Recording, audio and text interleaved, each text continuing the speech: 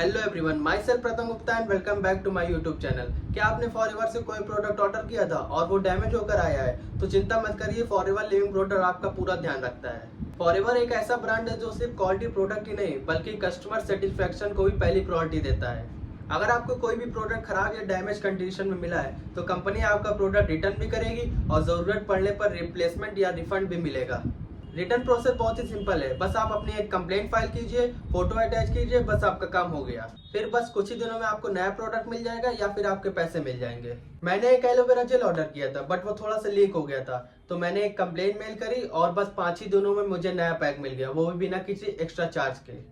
तो दोस्तों, अगर आप फॉरएवर लिविंग के कस्टमर हैं तो आप बेफिक्र रहिए, किसी भी दिक्कत में कंपनी आपके साथ है। अगर वीडियो पसंद आई हो तो वीडियो को लाइक करें एंड चैनल को सब्सक्राइब करना ना भूलें। तो मिलते हैं नेक्स्ट वीडियो में, तब तक के लिए बाय बाय, टेक केयर।